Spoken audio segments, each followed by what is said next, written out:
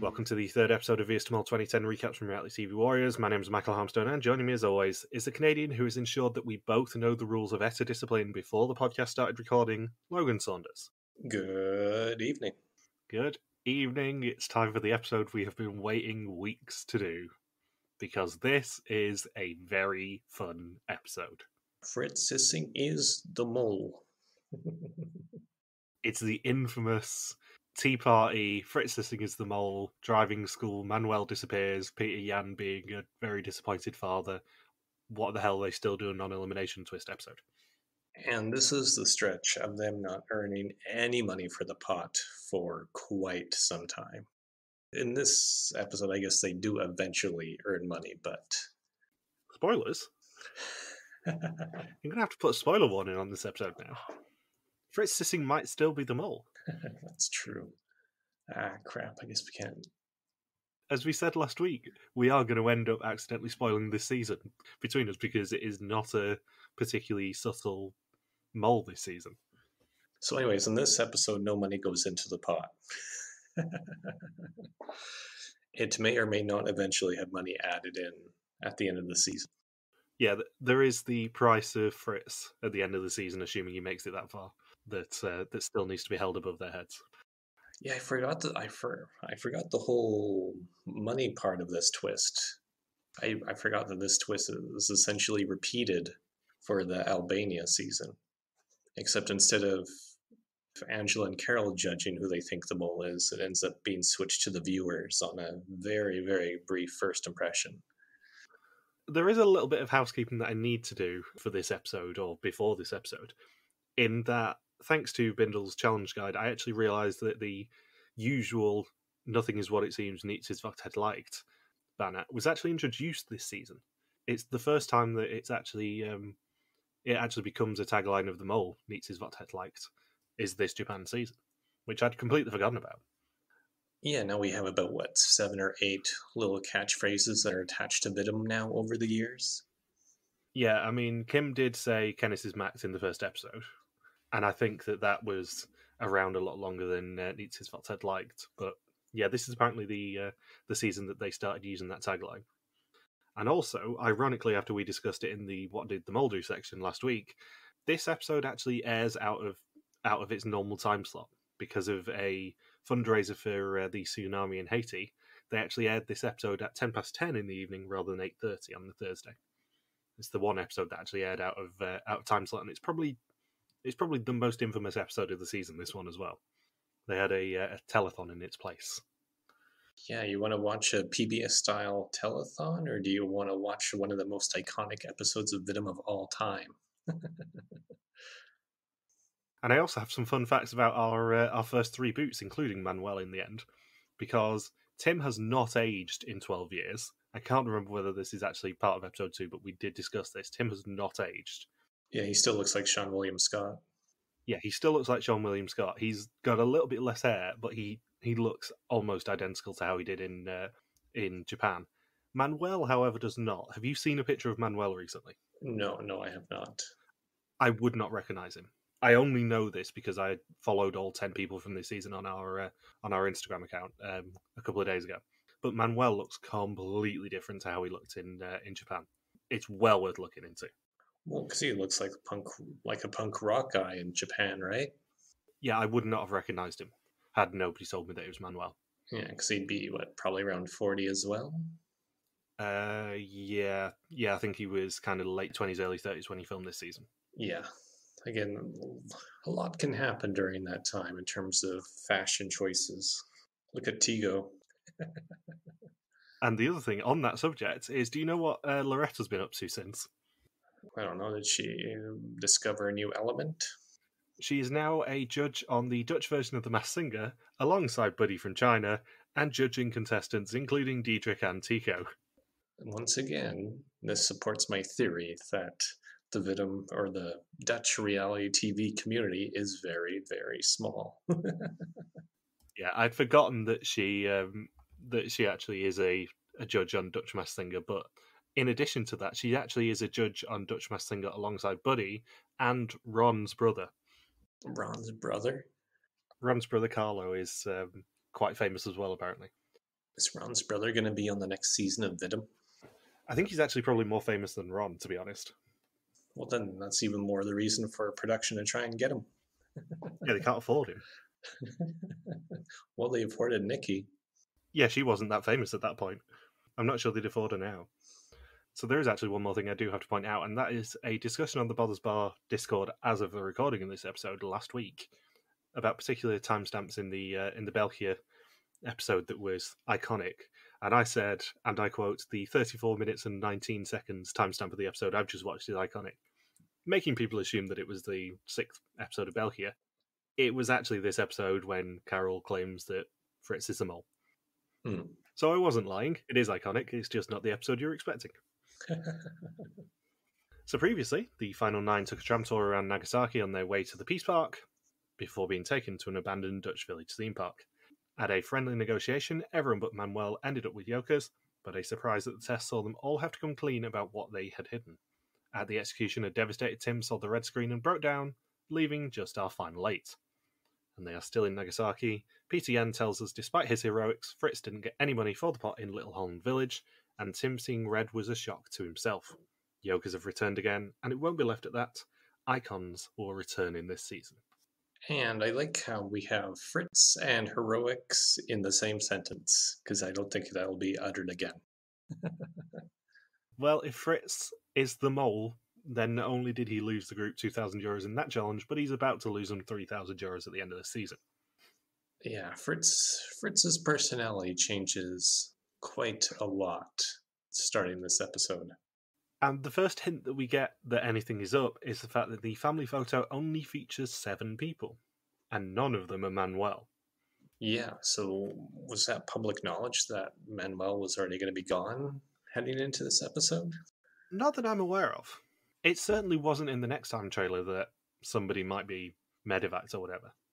Yeah, because if this was modern day WIDM or the mole, they'd be hyping a moment like that up quite a bit, I think. Oh yeah, they'd be absolutely promoting the shit out of it for a week beforehand, going, you'll never guess what's going to happen next. Or in the case of Belkia, letting all the press see it a few hours early to write their articles and get them out dead on time. Except for Anka, because once it happens for a third time, it doesn't matter. It's not as big of a moment anymore. Yeah, no one cares about Anka, that's the problem. So it is night 3, and everyone discusses at dinner how devastated they were that Tim went. Hint says that he was the most fanatic, he was constantly in game mode. Ian says that he started writing in his mole book from the first second, and they didn't even have mole books yet. Eric tells the group that out of everyone in the group, he wanted Tim to stay the course. Sanne feels guilty that she didn't give him the second yoker, and Ian speculates that he must have put everything on one person, as he knew he wasn't the mole, and he had a yoker, so he got at least 1 point correct. In confessional, he describes himself as a hypocrite and says that Tim was a nice guy, but this is the nature of the game. Now, it's time we got to our first, probably iconic Pieter Jan moment of the episode and of the season, and that is his entrance to the Otago driving school, where for absolutely no reason they let him walk in with the driving instructors, and they do not lampshade this in the slightest. And then I believe his quote was, "Don't forget, everybody, Japan is a country of rules." Yeah. Bendels gave this challenge a B-, and when I asked him about it yesterday in preparation for this episode, he said that he was potentially in the mind frame of maybe they were just taking the piss out of Japan here. But I think they just did this challenge because Japan loves its rules, especially on the road, and what better opportunity to, take the piss than make them do a driving test. They always used to do, like, the person who got their license most recently had to do some sort of driving challenge in the early seasons. So I think it's just the same logic as that, just on a slightly different scale, because Japan loves its rules. Yeah, even season 12 of the American version of Amazing Race, they also had a driving test in Japan before they started making every task a copy of the game show. Yeah, I think it's less slightly racially charged and more that they just love making people drive in Japan because of the ridiculous amount of rules, being honest. That's how I read it, at least. Maybe I'm naive. And once again, we have another challenge that's thrown off, but here it's not even production's fault. Because Pieter Jan says, Manuel is sick, he can't participate, so... Why don't you go on your own? Yeah, one person goes on his own, and we'll have a much easier time in this challenge since the driving instructor is going to be a lot more hands-on. Yeah, he says that Manuel isn't feeling man well. Yeah, Manuel's not feeling well. Well. The fun thing is, I think any other host would have sold this a lot more of, oh, we hope that Manuel gets better soon and can join us for this afternoon's assignment. Pieter Jan just no-sells it. He just says, yeah, Manuel's not well. One of you go on your own. I don't really give a shit. Yeah, more like man unwell. I don't know whether you saw this on the Discord, but it was a discussion of how we would describe various mole hosts in terms of like spies and stuff. And weirdly, that's a discussion that we had in episode 1 about Pieter Jan. And I described Pieter Jan as being like a police chief who was just coming up to retirement and did not give a shit anymore. And I don't think there is a better description of him, especially in this challenge. He goes from that to kind of disappointed father by the end of this challenge. Yeah, I mean, he's essentially saying, yeah, Manuel is just is weak. He's pathetic, and so that's why he's going to screw you all over in terms of being able to do this challenge properly. He just cannot push through. He needs to just man up. He needs to man well up. Yes, beat you to it. There will be the force walkie-talkie will be unmanuelled. But we're just going to do Manuel puns for the rest of this episode. I like how they try to draw as little attention to Manuel's absence after that, because Pieter Jan doesn't say, oh, as you said, Michael, he didn't really say, oh, we're really praying for Manuel. We hope he feels better before the end of this episode. It's just, he's not here. Let's continue. Yeah, it was Bindles who said, I know there was a thing where the different mole hosts tend to channel different famous spies. Angela as Matahari, Glenn as Bond, Karel as the cigarette-smoking man, etc. I didn't expect us to eventually get to the point where someone would eventually cosplay as Agent Zero from Spyro, which apparently the Finnish mole host was dressed as this week. And then Nick said, I now want to know which famous spy Pieter Jan was channeling. So they will be seeing what their Dutch driving licence is worth in Japan. They'll be in pairs, with one person behind the wheel and one person observing. One person will be alone due to Manuel's illness. They will need to remember that Japan is a country of rules, and their instructors will be making sure that they follow them. They must pass over money signs while following the rules of the road to earn the cash. Each piece of road can only be driven over once, and to earn the money they must return to their starting point within half an hour. Each time they commit a rule violation, they lose one of the potential money boards. They don't actually tell us how much money each board is worth, but the best guess that I've seen from Bindles is €100 per board and infraction for a total of €4,000 for the 4 groups. That will therefore be the figure that I use. That makes sense. Yeah, it makes sense monetarily, and obviously because, spoilers, nobody actually manages to make any money in this challenge. It's the best guess, I think, on this. Yeah, I wish they would have made that clear for the audience. Yeah, you know how I feel about challenges that don't give us the exact monetary amount that they can win, or have stupid monetary amounts that they can win. Yeah, just put up a quick graphic on the screen. Yeah, I sort of don't hate it here because it makes absolutely no difference. It only makes difference to the maximum they can win this season. And to be honest, 4,000's a pretty decent educated guess, I think. Is there a way to win this challenge, really? Or was it just supposed to be a funny little challenge for the viewers at home to watch? No, I think absolutely nobody was ever winning this challenge. Because the size of that driving school simulator, I suppose, is the best way I can describe it. It's very small, especially if you're driving for half an hour on it. I think the only way to win any money on it is minimize the amount of road that you're on. Just go out, grab a couple of boards, come back. I think if you stay out for half an hour, you've lost immediately. Yeah, there's no way. You're going to screw up somewhere. And I think they drove over the same lines like 5 or 6 times? Well, the exact quote from Pieter Jan when he's reading the reports like a disappointed parent is that he clearly told them not to drive on the same bit of road more than once, and everyone did, so earn absolutely nothing for the challenge. Some of them drove over the same bit of road 2, 3, 6 times, looking at hints. I know that we said that we'd forgotten how unsubtle the mole is in this season, but I had forgotten how inept Hint is. Hint is really inept in this challenge. Does she really do well in any challenge throughout the season? That's what I'm thinking. I always remembered Hint as being funny and maybe semi-competent, but in this challenge, I had forgotten that she gets 7 penalties. Yeah, I believe there was a joke made at the end of the challenge where they're like, "Oh, the men, Aryan and and Eric drove well, while the two women, Kim and Hind, were terrible drivers and lived up to the stereotype. Yeah, and Pieter Jan no-sells it obviously as disappointed parent Pieter Jan mode. The clipboards are what makes it. Like, there was no point to have actual clipboards. He could have just went over there and just told them how much they screwed up. It could have been on a single sheet of paper. But the fact he had 4 individual clipboards like a gym coach is hilarious. Yeah, this episode is infamous for the reason of the second challenge, but I would argue that Pieter Jan is just as funny in this first challenge, when he's reading the reports and just going, hint, you didn't stop for a stop sign, you drove on the wrong side of the road twice and crossed a line 4 times. Eric, very good, didn't stop at a stop line. Kim, you drove on the wrong side of the road 5 times, once through a red light and once clearly past the line. But it doesn't matter. I don't care. You earn no money, get out my sight. I think the best bit from when Aryan is driving is he accidentally turns on the windshield wipers instead of the turning signal. That is surprisingly easy to do, because assuming it's... obviously this is 12 years ago, 12 and a half years ago, probably since they filmed it, but I drive a manual car, I'm assuming it's a manual car. The windscreen wipers and the indicators are on either side of the steering wheel. So if you're used to driving on the other side of the road, they're probably swapped as well, to be honest. So it's not as silly as it seems. It is, however, hilariously funny visually. I hope that production had a large enough budget so that after Manuel was officially eliminated from the game, they were willing to go to a store in Japan and buy a card for everyone to sign and have it be "Get Manuel Soon" card. Do you know the big thing that I thought of with this challenge? Just imagine Belgium doing a version of this. I think they would make it a lot more elaborate than what we saw, or have little mini games or obstacles where they could earn a little bit of money on the side.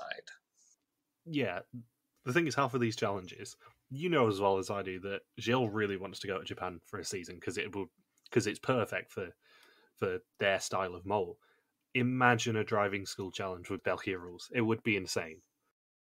I wonder if they would do the classic driving challenge trick where the person has to follow all the road rules, but they don't do the over-the-shoulder check, because they used to have I think a couple of seasons they have it where the car is completely blacked out, right? I think they did that where the windows are blacked out in the UK and the Australian version. I think they did that. Yeah, it's one of the classic old mole challenges. It's usually the person who got their license most recently. They do that with. Yeah. And they say, oh, you didn't do the shoulder check. You lose. So, Hint, Kim, Eric and Arjen are driving with Fritz, Barbara and Sanne navigating. Sanne reminds us that they need to remember to drive on the left and not on the right. Fritz is paired with Hint. The drivers can only hear and not speak to their navigator, apart from, Kim screaming at hers. And the navigators have the map of the board. Hint performs her first left perfectly, which is the only manoeuvre she will perform perfectly in this entire challenge. And the instructors, I believe, are laughing at Kim's driving as well as her anger and constant swearing at Sanne's terrible, terrible directions from the walkie-talkie. Yeah, we've mentioned this before, but Sanne suspects Kim at this point and seems to do everything in this challenge just to get a rise out of Kim and make her really angry with her. And it's delightful. It's brilliant television. But Kim's berserk switch is hit by Sanne just trolling her in this challenge, basically. Yeah, Kim's shouting is so loud that they cut out to outside of the car, and you can hear her shouting from where the walkie-talkies are. You can imagine the producers just sitting, hiding away, and just going, oh my god, this is absolute gold. And then everyone is screwing up on the walkie-talkies, and everyone is screwing up on driving except for Arjen, for the most part. Do you think there's an optimal position for the mole to be in this challenge? I don't know about optimal. I think it's just so easy to sabotage this challenge in general. I think it's a strange one because the 4 groups earn money individually, that you can only really sabotage your own group. So you probably wouldn't want to be on your own in the case of the post-Manuel aspects of this challenge, because obviously all the attention's on you if you're the only one not to bring any money in. But if you're in a pair, I don't think there is an optimal position. Because, well, if you're on the walkie-talkie, you just pretend like you're speaking into the walkie-talkie, but you've let go of the button so the person in the car can't hear you. And if you're in the car, you just pretend that you don't hear the walkie-talkie. Because even I think Eric complains repeatedly that he can't hear Barb. Yeah, I think it's one of the very rare early in the season challenges where actually it feels like a late in the season challenge in terms of where the mole wants to be and then not being in optimal position. Yeah. And then we have Fritz asking Sanne if Kim could hear one of her commands, saying, "Did Kim hear your last instruction before the challenge ended?" So it's just kind of funny that Fritz is checking in on all of the different pairs, saying, "Did that person hear you? Did that person hear you?" Like Fritz is just starting to get really intense with everybody. Yeah. I think Fritz was probably asking out of concern because he could probably hear Kim screaming from his location as well. Yeah. We can hear Kim, but we don't know if she can hear you. And being perfectly honest, if the second challenge hadn't happened, because you already know what the banner for this episode is, if the second challenge hadn't happened, Kim screaming at Sanne probably would have been the banner. However, events kind of overtake it. You forget how good this driving school challenge is because the next challenge is really, really, really good. I think people sleep on this driving school challenge as being entertaining, but it's a very entertaining challenge, mainly thanks to Pieter Jan and Kim screaming at things. Yes. And Eric is wearing a Boston Red Sox shirt, I noticed. It stimulates him. Yeah, it stimulates him. It stimulates him to earn money that day, is to just wear his Red Sox jersey. Yeah. The Fenway Frank stimulates him, or he stimulates the Fenway Frank. So Eric says maybe they should have done it backwards. He couldn't hear Barbara that well, and it's strange because him, Barbara, and Fritz had already discussed their ed to discipline before they even did the challenge. Both him and Fritz tell us in confessional what was agreed. Conveniently, Barbara does not. Kim gets the first penalty that we see for running a red light. She also drives on the wrong side of the road and gets in Eric's way as a result. And she forgets to stay on the left and earns herself a third penalty. When we return to Hint, she's also managed to get 3 penalties. She drove over the level crossing without stopping, but nobody told her in Japan you have to do that. It's almost like it's common sense. And that earns her her 4th penalty. Hint, you're brilliant in this season, but nobody should have to tell you don't drive over train tracks without stopping and checking. Imagine if she was in Amazing Race Australia. Yeah, exactly. That's what I'm thinking. She'd get stuck on the train tracks. I know there probably aren't that many level crossings in the Netherlands, but you still have to be wary when you're driving anywhere of driving on train tracks. Yeah, I'm not gonna get in a car with her. Kim gets 4th penalty as she drives into a side street. Sanne says she doesn't know she's allowed to go that way. Kim can't go left, but Sanne warns her that she's doing things that will make them lose. She reversed, which counts as going over the same ground, so we already know that Kim is earning no money for this challenge. Eric also drives over the same ground when he turns left. And when we return to Hint and Arjen, Hint has got 7 penalties and 5 boards, with Arjen having 7 boards and no penalties. They both pull in just as time expires, and Kim starts screaming at Sanne. She says in confessional that she has to listen to herself more in future, but she was told that she had to listen to the navigators in this challenge, so she did. Yeah. Teamwork isn't this group's greatest strength, as we're going to see starting from here on out. The group really, really fractures. And then we get Pieter Jan doing one of my favourite things he's ever done on WIDM and reading the reports like he's a disappointed parent. They're all getting grounded and they earn no money for the pod. Now they have to go to a fancy dinner and behave. Yep. He tells them to dress up nicely as he's having some of his friends over and he doesn't want them embarrassing him. Fritz says that he was very suspicious that Hint got 7 fines. He thought she would have been a good driver. He feels like it's just her personality, though. Barbara says she saw 2 people mole. Both Fritz and Sanne were terrible at guiding, which is deeply ironic given she was the one called out for not doing it to discipline. Then on the bus, Eric says that from morning to evening you're constantly having to remember things. It never stops. It only stops when you know who the mole is, and none of them are there yet.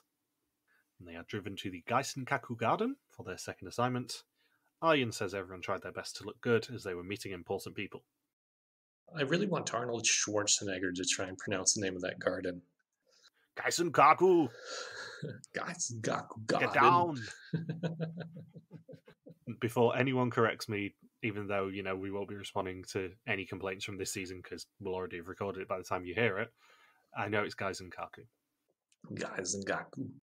Pieter Jan tells us that 2 important people will be arriving here, and the candidates have no idea who they will be or what their assignment is. Hint thought straight back to Argentina's dinner party challenge where everyone had to do strange assignments for money, later adapted for België, Vietnam. she expected that it would be something similar here. She's not wrong. Did you also notice, when they keep referencing this Argentina challenge, who we see speak to the Argentinian couple? It was the mole of that season, wasn't it? It was Peggy again.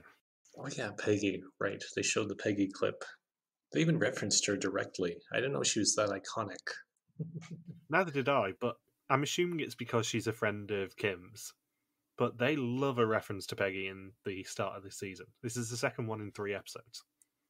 Apparently Peggy had a phrase about talking about her father or something. Yeah, something like that. I don't know what the Argentina challenges were. Obviously, if you've heard our Belgium Vietnam episodes, you'll know how much we loved that dinner party challenge. It's the most chaotic Belgium challenge I've ever seen, and it was amazing. And surprisingly, the Belgium contestants had it as one of their least favorites. I don't know why Axel would have hated having to drop his chopsticks and crawl under the table to get them. Yeah. Full disclosure, did watch that challenge again a few weeks ago because it is delightful. So everyone sits down basically on the floor in front of the 2 highest seats. Eric remembers that a mole will be revealing themselves this episode, as warned by Pieter Jan. Yeah, they'll streak across the garden. All they have to do, as in any Meet the Mole challenge, is just pay attention to their surroundings and make sure the mole reveals themselves. And they, as a group, expected a Japanese couple to arrive and tell them who the mole was in Japanese. Eric says the atmosphere was very uncomfortable as no one knew the assignment, but as with many situations, the tension is broken by the appearance of Angela Groothuizen, TV and music legend and mole icon. I also have to say, as I do anytime Angela gets mentioned, please look up her doing Private Dancer on Beste Zangers in de Welt, because it is amazing, and it's one of the best, worst videos I've ever seen. She throws herself into it. She dances on a table at one point. Yeah, she goes all Coyote Ugly on it. Angela is amazing, especially in this challenge where at one point she does just kind of sit back in her chair, swilling her wine around and bitching about people to their faces. It's delightful. I like how they introduce Angela first, and she goes to sit down, and then it's like, oh man, it's Angela, the original host. She's a legend. Oh, and then there's Karel. Karel is a wonderful story as well because before Pieter Jan took over, he ended up getting fired by Avro because he had a conflict of interest, I think it was, in some sort of... He took like a directorship in some sort of green energy company, I think, and he wasn't allowed to do that and host Mole at the same time, so he had to step down from hosting Mole. And by the end of this challenge, you can see he's definitely not still bitter about it. He was the host during the Argentina season, right? He was, yes. And that was in which region of Argentina? Patagonia, I believe. Yes. Patagonia, right?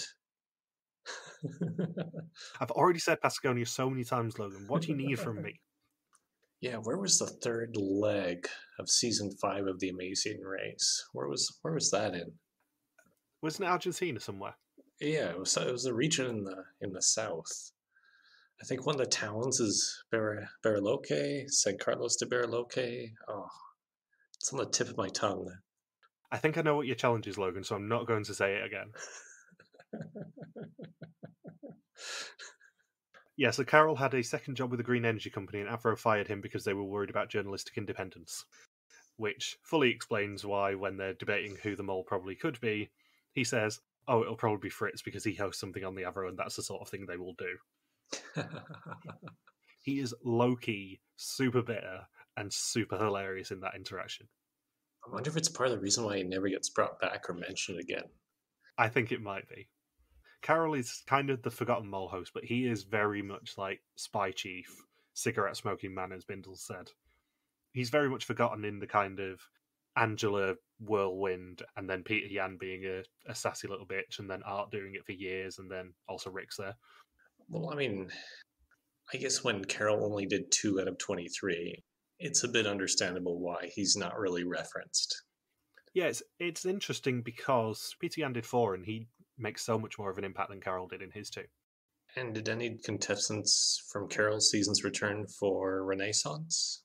Peggy? Right, Peggy. Memorable Peggy. Peggy was the only one at Karel's. We had Patrick and Horace from Pieter Jan's, and then everyone else was from Arts and Rick's. So the second chair is filled by Karel van der Graaf. Angela tells him that they already look beat, and they don't even know how much worse it's going to get yet. And she also, in particular Angela style, says that she was in the neighbourhood, so she thought she'd just check up on them. And she explains that she filmed with her band, the Dolly Dots, 30 years prior in the very garden that they're eating in. That's a hell of a coincidence. Yeah, I'm sure that was ever so slightly deliberate.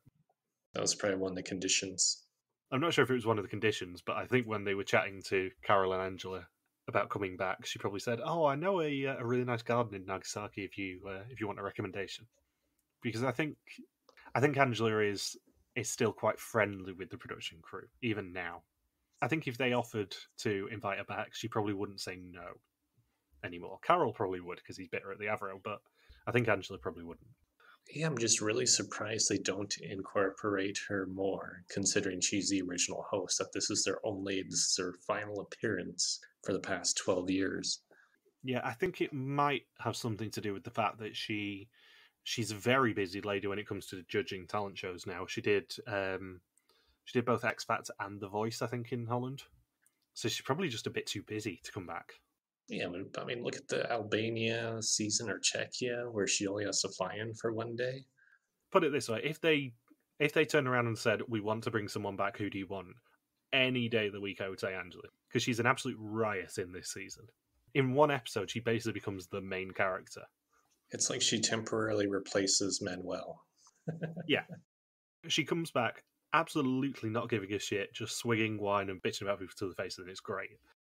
So Angela says to Karel that he walks in on their conversation about how it's practically impossible to really know who the mole is because everyone is trying to be suspicious. Karel asks if anyone's acting weird, and Arjen says that everyone acts weird. Hint says that it's nice to have them there, and Angela laughs in her face and says that it was a very long journey. It's stuff like that. And yet they're only going to be in Japan as long as Loretta was. Well, I suspect that part of the deal is probably they stayed in Japan a little bit longer than Loretta does. I think they probably got a holiday out of it as well. Or at least a hefty appearance fee. You'd hope so. I don't think either of them did it for fun, however much fun it probably would be to just come in, revisit your old stomping ground, and then leave again an hour later. Eric then gets a tap on the shoulder to head to a back room. Karel invokes the Argentina dinner party when he leaves. He finds 7 envelopes there and stimulates them to work out what is in each. He feels a yoker in one and something that he thinks is an exemption in another, but it's actually a phone. He gets a card saying that he needs to make sure that after the lunch, Angela and Karel suspect him as the mole. That will earn money for the pot, and he can't tell anyone. And he's also told to keep the phone on him at all times, because it will become important. Kim asks if they have an assignment. They say yes, it is to eat lunch with the contestants. Angela also says that Eric now has an assignment as he returns, and he tells Arjen that he's next. He picks the envelope with a quote-unquote round thing that they all recognise from last week as a yoker. He also gets the assignment to make Angela and Karel think that he's the mole to earn money. Angela tells Sanne to enjoy every moment, so you'll never do anything like it again, unless you come back for Renaissance.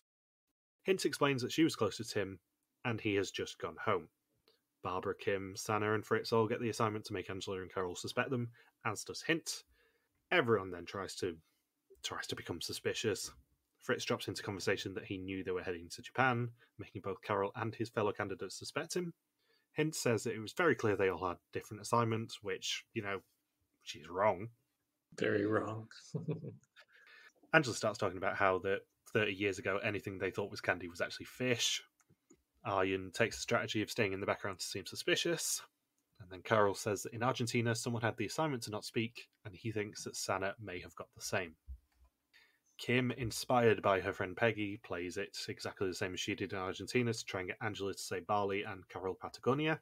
He tries to subvert her plan, but he says it after Angela's already told him what it is 40 times. I think it was just pure annoyance that led them to be like, okay, we're just going to say those 2 words. What's your favorite backpacking brand? What's the Welsh-speaking bit of Argentina called? Do you know? The Welsh? Yeah, they speak Welsh in Patagonia. I did not know that. It's one of the languages of Patagonia is Welsh. It's the only place in the world other than Wales where Welsh is spoken. I think in the Netherlands, the only area where they speak Welsh is in an area called Manwelsh. I'm just going to absolutely no-sell these Manuel puns, just for the record. You keep going all you want. Arjen drops a sake glass to try and seem suspicious. Angela then asks if they actually write in the mole books. Sanne says there are people who remember what everyone wears at all times, Including the color of their underwear. Can you imagine that being an actual question on the quiz? What colour panties did the mole wear? Rude? Blau? Far too much detail there, guys. Please stop being creepy. Yeah. They're really trying to avoid ties. Well, yeah, of course they are. They're asking about underwear instead of ties. Can you imagine the first quiz they do that where the contestants panic, like, oh, I didn't figure this out. And then after the execution happens, they're thinking, oh, I didn't know what color underwear the mole was wearing. That almost sent me home. Well, I'm going to have to avoid doing that again. So then the next round, they're all just pulling down each other's pants. So they have an advantage on the next quiz. You might be hiding a yoker up there. Jesus. It's another Olche situation where she just wants them to do a strip search in case they got yokers. She just doesn't trust them.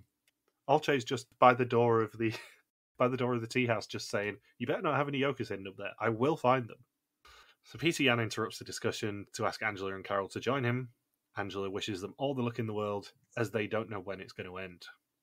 They were told beforehand that they had to find out who the mole was. Pieter Jan confirms, against what we suspected last week, that he knows who it is, but is offering absolutely no hints. Karel, being a bit of a sassy bitch, says that because it's the 10th season and he hosts Crime Watch on Avro, they'd probably choose Fritz. However, I have looked this up. He didn't actually host Crime Watch at the time and only returned to it in 2011. Angela says it could be Arjen, but he's a relative unknown, so unlikely. Fun fact, if they film this season now, Arjen 100% would be the most famous person in this cast.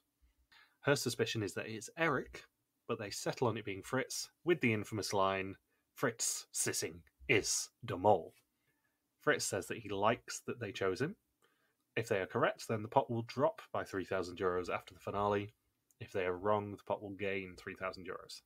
And Pieter Jan also confirms that they all had the same assignment. And obviously, because we don't officially find out whether Fritz is the mole or not until episode 10, unless he goes home before then, I won't be adding that money to both the actual pot and the maximum until we find out whether Fritz is the mole. I like how Angela puts Karel's film noir hat on his head before he makes the declaration. Yeah, I think they are probably friends, but as Bindle said to me when we were discussing this challenge, they're basically Statler and Waldorf.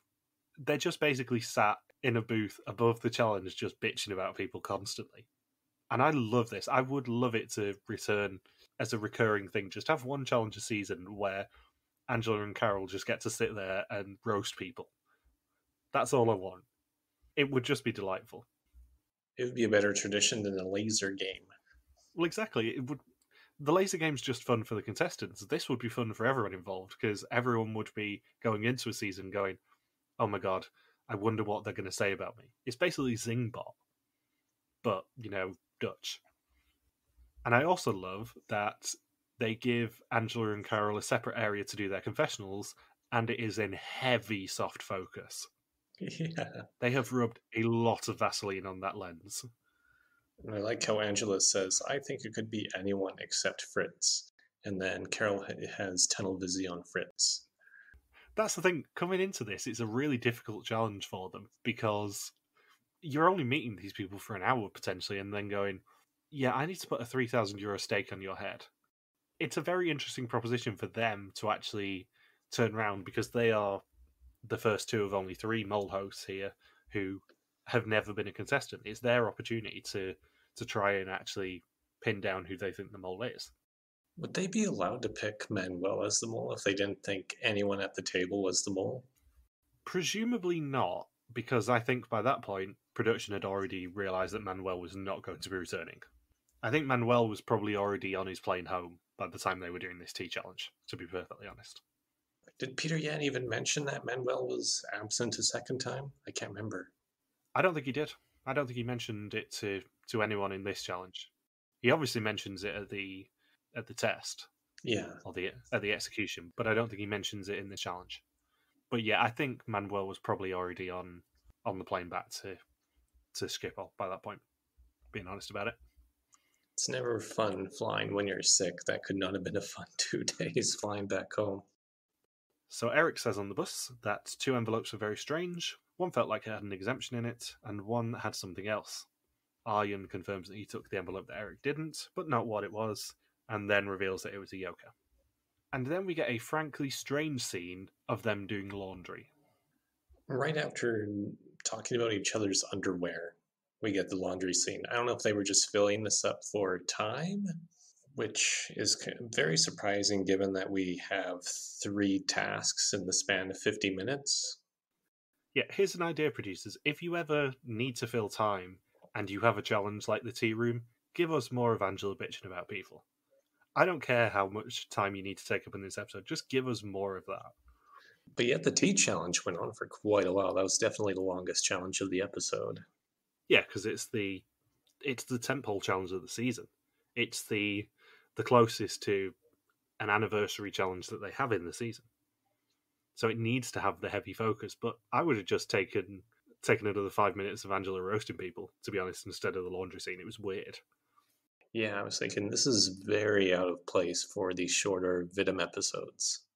That's something you'd see in a newer one if, say, they got down to final 4, final 5, and they have to fill up over 60 minutes. Then you can throw in a goofy laundry scene for a minute or two. So Eric asks Arjen if he thinks that anyone suspects him. He says yes. He thinks that Barbara suspects him, but he suspects her a little as well as Sanne, and he says that he suspects everyone a little sometimes. It is time for the test on day 5. 20 questions about the identity and actions of the mole. Whoever knows least may go home, except for the mole who can never go home, and Arjen is the only person with a yoker. Sanne says she still suspects Arjen a lot. He went alone in the driving challenge, which was the perfect place for the mole. Despite his good driving, he still crossed the same bit of road and cost the group money. Arjen plays his yoker. He thinks the mole is a man. Eric is starting to doubt himself. He got a lot closer to the mole, but the last assignment threw him. He thinks that it's either Kim, Hint, or Arjen. If it is Sanne, she's going far to make herself suspicious. Kim says it's a nice way to mold if you're guiding the drivers like Sanne was. Hint, we're led to believe, suspects Fritz. Barbara thinks that the mole was guiding the drivers, and Fritz has seen all his candidates work.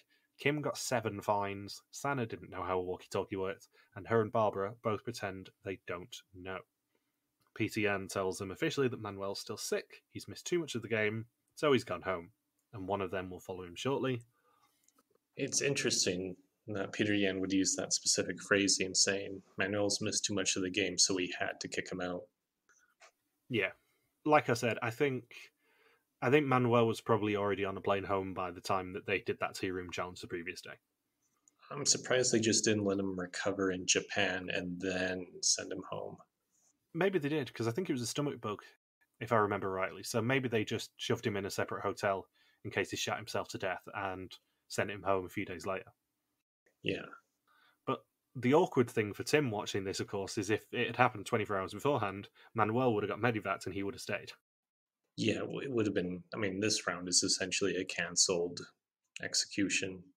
Yeah, but they still went ahead with the non-elimination they were going to do in this round anyway.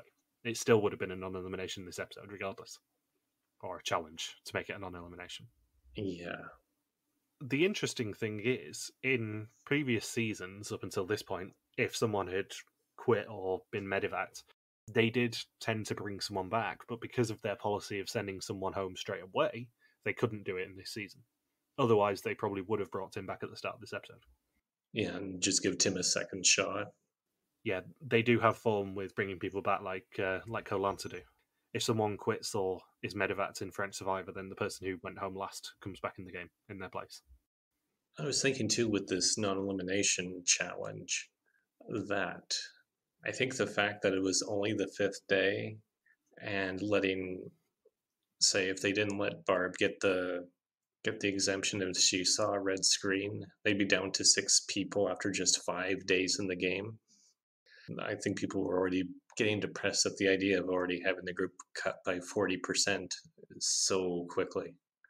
Yeah. So Fritz, Hint, Kim, Sanne for the first time, Arjen and Eric all get green screens, meaning that Barbara must have the red.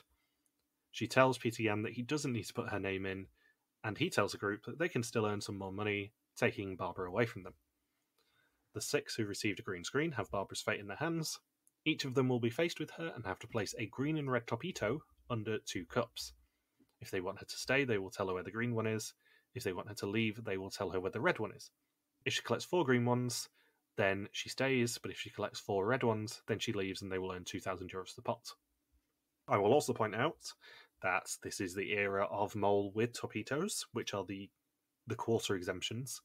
You see them in a lot of challenges in this era of mole. Up until Hong Kong, Philippines, I think is the last one that I know has a topito challenge in it. You have to collect 4 of the same colour usually to earn an exemption or money for the pot in some cases. Those quarter exemptions are called topitos. They're introduced, as the name suggests, in the Mexico season. And then I think Kim has a confessional saying, "Can we buy Barb back? But we already have so little money." Are we going to have to drain the pot here? Yeah.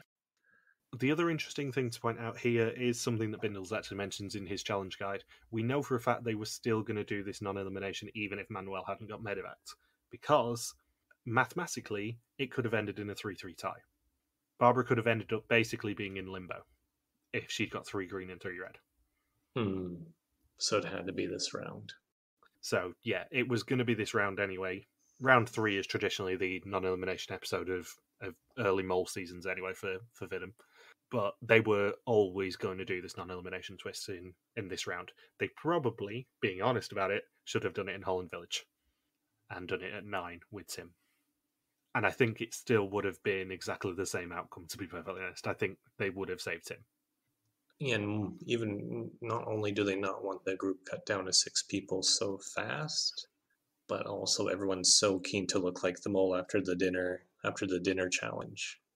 Yeah, it's the perfect non-elimination challenge for the mole, because not only do they keep money out of the pot, but also they keep people in the group and hide more. I said this in the Georgia one, I think it was, with the zipline. The mole will always want, as a priority, to keep people in, because it then hides their presence. As soon as someone goes home, you can't save them. And it gives them more cover. Yeah, that's true. They always want to have as many people in the game to hide behind. Yeah, it's the one exception to the rule of the mole wants to keep money out of the pot, is when there is a non-elimination game where it's a choice between keeping people or keeping money. They will always go for people because it hides them more in the group. And it makes them seem more like a team player as well. Unless you get someone like Olche who wants money at all costs. So Sanne is first. She tells her the truth, giving her a green topito. She says the mole would want to give Barbara a green one, as it keeps more suspects and keeps money away from the pot, which is exactly what I said. Kim is second and also tells the truth, giving her a green one, as Barbara will give her information. Fritz is third and tells the truth, giving Barbara 1 piece away from safety.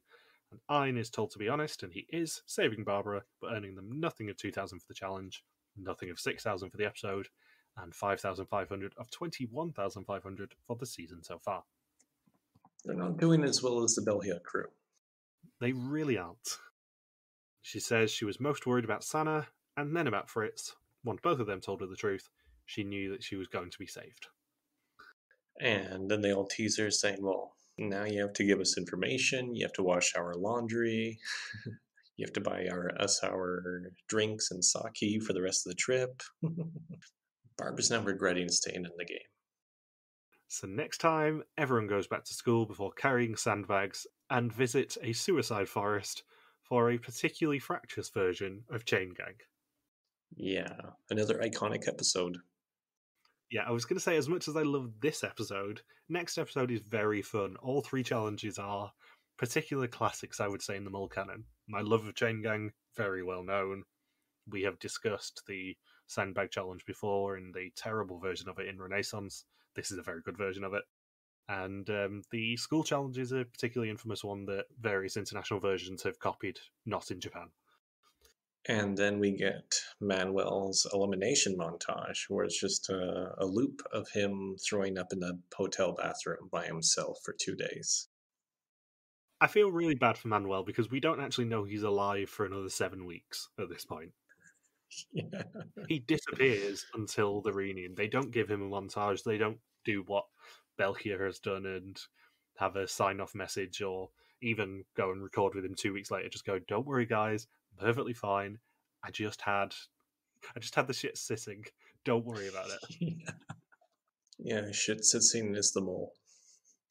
I'm just very surprised they didn't do a montage for him.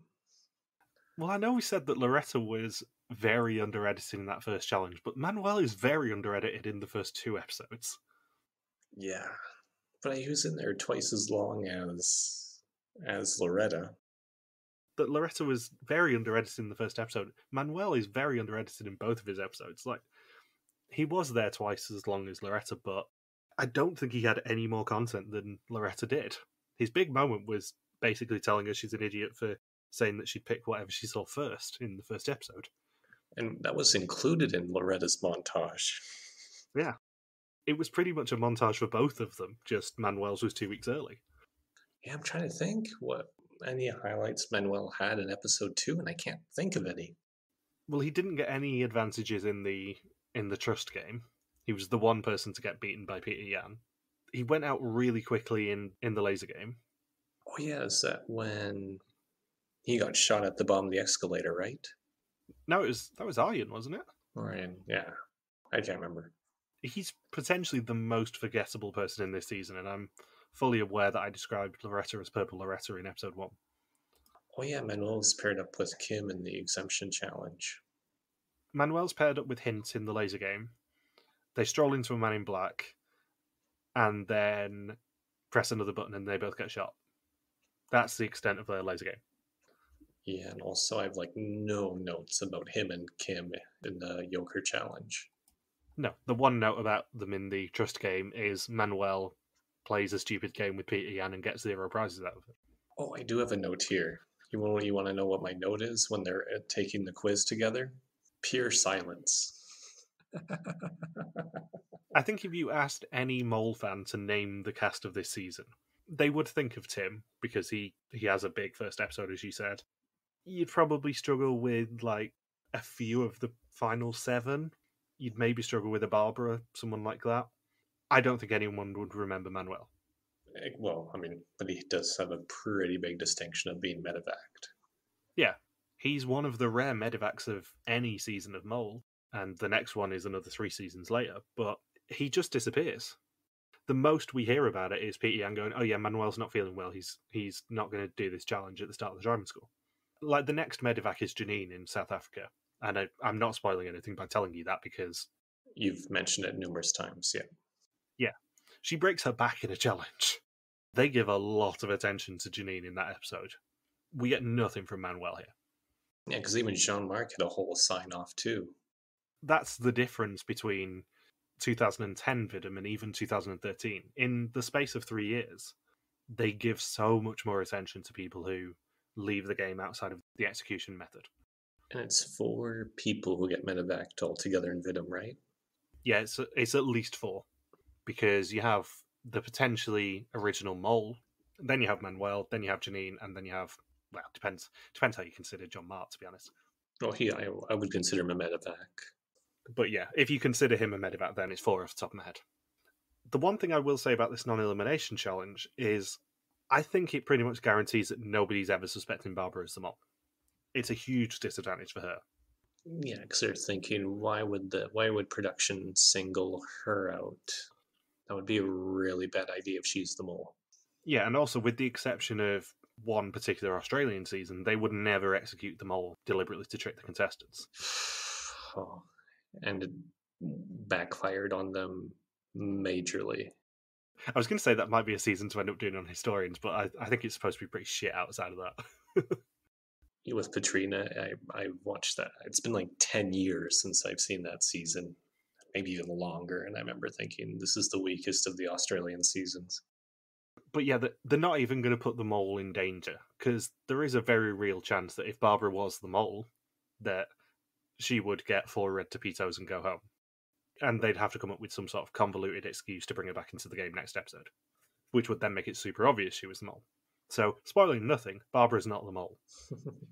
I think we can safely say that. Have you got anything else to say about the episode? No, I think I'm good. So, thank you for listening to our Veers to Mole 2010 recap. We'll be back next week to continue the hunt for an old mole in Japan. Don't forget you can contact us on Twitter, Facebook, YouTube, or Instagram, where we are RTV Warriors, or you can email us and contact at rtvwarriors.com. Logan's on Twitter at Loxquacky, and I'm MJ Harmstone. Thank you as always to Marika for the subtitles. We'll see you next week. Peace out and just chill till the next flavoring.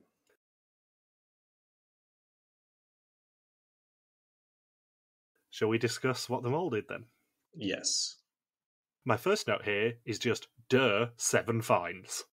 Yeah, Kim got fined way more than anybody else that drove.